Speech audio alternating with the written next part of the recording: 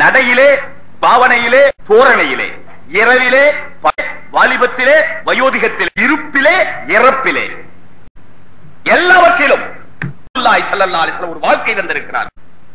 இந்த உலகம் ஒரு விளையாட்டுக் கொண்டிருக்கிறது. ஏதோ சம்பாதிக்கிறோம், இருந்து கொண்டே இருப்பது போல சகோதரர்களை, இருந்து கொண்டது போல வாழ்கிறார்களே. மரணத்தை பார்த்து கூட, மரணிக்கிறவர்களை பார்த்து கூட மௌத் ஞாபகம் வரவில்லையா? மிகப்பெரிய ஆச்சரியம். மையத்தை பார்த்துக் கொண்டு இவர் என்ன சொத்து விட்டு இருக்கிறார் என்று பேசிக் கொண்டிருக்கிறார்கள். ஜனாதா நாளை போகும் பொழுது இவருடைய வியாபாரத்தில் இருக்கிறது, எவ்வளவு பணம் வைத்திருக்கிறார். வீட்டிலே உட்கார்ந்து கொண்டு பெண்கள் பேசிக் கொண்டிருக்கிற பெண்ணிடத்திலே எவ்வளவு நகை இருந்தது. மௌத்தை பார்த்து கூட மௌத் வராத நிலையிலே நம்மை அல்லாஹ் வைத்திருக்கிறார். உண்மையிலே மிகப்பெரிய கவலைப்பட வேண்டும் தாய்மார்கள்.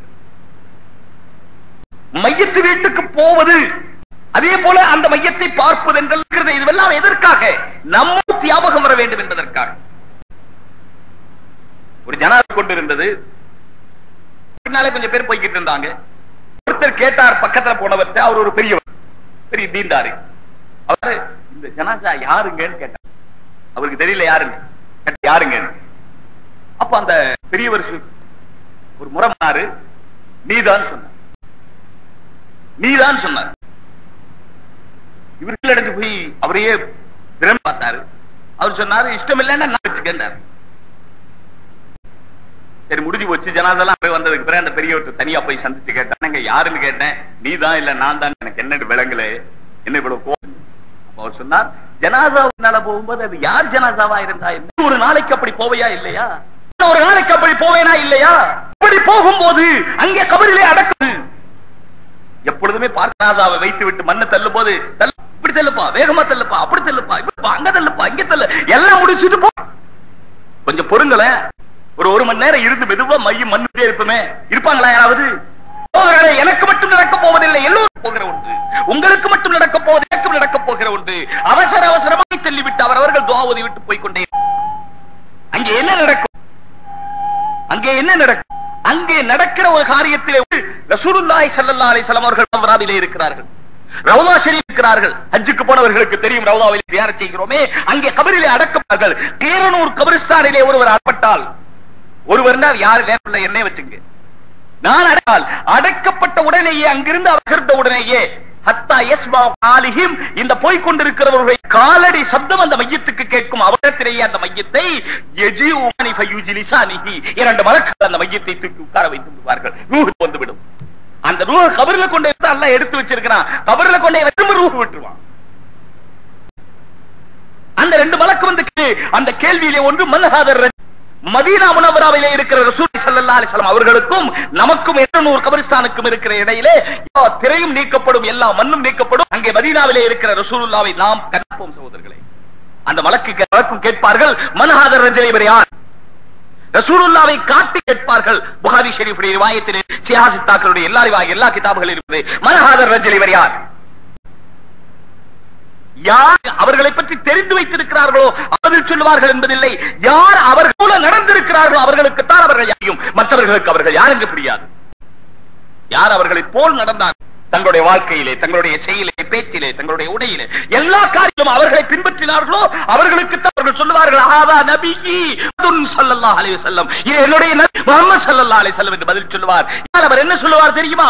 எல்லாவற்றையும் தெரிந்து வைத்திருப்பார், ரசூலை பற்றி புரிந்திருப்பார், ரசூலுடைய பெயர் கேட்டு வைத்திருப்பார், ரசூலுடைய அங்க லட்சணங்களை புரிந்து வைத்திருப்பார், ரசூலுடைய சாமுத்திரிகா லட்சணங்களை வைத்திருப்பார். ஆனால் கபரிலே வைத்ததற்கு என்று கேட்டால் அவர் அவர்களுடைய பின்பற்றி நடக்காத காரணத்தினாலே, ஆணாக இருந்தாலும் சரி, பெண்களாக இருந்தாலும் சரி, கபரிலே நடக்கவில்லை என்றால் கபரிலே வைத்து கேட்கும்போது அவர் என்ன சொல்லுவார்? ஹாய் ஹாதிரி, சரியான மொழிபெயர்ப்பு சொல்வதா, ஐயோ ஐயோ எனக்கு ஒன்றும் தெரியாதே. பெரியவர்களை, சகோதரர்கள், தாய்மார்களை, அல்லாஹ் நம்மை பாதுகாக்க வேண்டும்.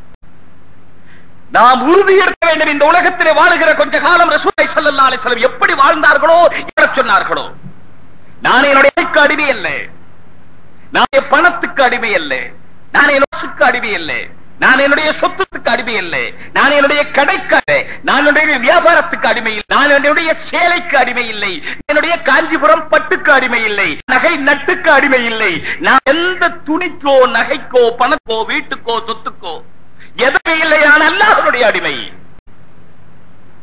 தாய்மார்கள் எடுத்துக் கொள்ளுங்கள். நான் அல்லாஹ்வுடைய அடிமை. இந்த உலகத்திலே வாழுகிற காலம் எல்லாம் அல்லாஹ் சொன்னபடி வாழுவேனே தவிர என்னுடைய மனக்கிறதோ அல்லது என்னுடைய மக்கள் என்ன சொல்லுகிறார் அல்லது என்னுடைய வீட்டார் என்ன சொல்லுகிறார்களோ அல்லது ஊரார் என்ன சொல்லுகிறார்களோ அல்லது இந்த உலகம் விரும்புகிறதோ அப்படியெல்லாம் நான் நடக்க மாட்டேன். நான் நடப்பேன் அல்லாஹ் சொன்னபடி. ஏனால் நான் அல்லாஹ்வுடைய அடிமை. சொன்னார்கள் ஸல்லல்லாஹு அலைஹி வஸல்லம். தாயிஷ் அப்துல் தீனாரி வதம் தாயிஷ் அப்துல் ஹபீஸா தாய் வந்தகஸ வைதா ஷீகம் துதிஷ. பணத்துக்கு அடிமையானவர்கள் அழிந்து போனார்கள், காசுக்கு அடிமையானவர்கள் அழிந்து போனார்கள், நகைநட்டுக்கு அடிமையான இதெல்லாம் இதில் இருக்கிறது. தங்களுடைய உடைக்கு அடிமையானவர்கள் அழிந்து அவர்கள் அழிந்தார்கள். வைதா ஷீக பலன் அவர்கள் அதிலே சிக்கினால் பிறகு திரும்பினார்கள். எனவே பயந்து வாழுங்கள், தன்னுடைய பொருள்களுக்கு அடிமையாகாதீர்கள். அல்லாஹ் சொல்லுகிறான், மனித்தஹத இலாஹஹு, யார் தன்னுடைய மனோ இச்சையை தன்னுடைய அல்லாஹ்வாக்கிக் கொண்டார்கள். நிறைய பேர் இப்படி வாழுகிறார்கள்.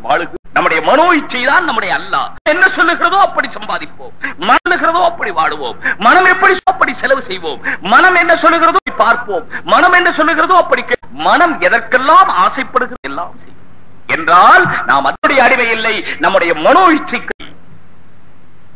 இதை விட்டு ரசூலுல்லாஹி ஸல்லல்லாஹு அலைஹி வஸல்லம் பெயராலே இந்த விழா கொண்டாடப்படுகிறதோ வாழ்க்கையை ஒட்டி நடக்க வேண்டும், அவர்களுடைய வாழ்க்கையை அனுசரித்து நடக்க வேண்டும், அவர்களுடைய வாழ்க்கை நடக்க வேண்டும். சொல்ல போனால் ரசூலுல்லாஹி அலைஹி வஸல்லம் அவர்கள் மட்டும்தான் அல்லாஹ்விற்கு பிரியவர்கள். அவர்களுடனே யாரெல்லாம் ஒத்துதோ அவர்களை போன்று யாரெல்லாம் இருப்பார்கள் நம்முடைய எல்லா காரியத்திலும் அவர்கள் இருக்கிறார். சொல்ல போனால் ரசூலுல்லாஹ் நாம் எல்லாம் செய்வர்கள். ரசூலுல்லாஹி ஸல்லல்லாஹு அலைஹி வஸல்லம் ஒன்று எத்தனை செய்வரானாலும் ஒன்றோடு ஒட்டிக்கொண்டால் செய்யாதே. வெறும் இருந்தா ஒண்ணு போடல, ஒரு போட்டோம், 2 சைபர் போட்டோம், 3 சைபர் போட்டோம். சில இடத்துல வாத்தியார் வந்துட்டு பையனுக்கு 100க்கு 3 சைபர் மார்க் போட்டிருப்பார். என்னன்னா அவன் ஒண்ணு எழுதிட்டு வரல, கேள்வி திருப்பி எழுதி வச்சுட்டு போயிருக்கு. படிச்ச நேரம் வேஸ்ட்.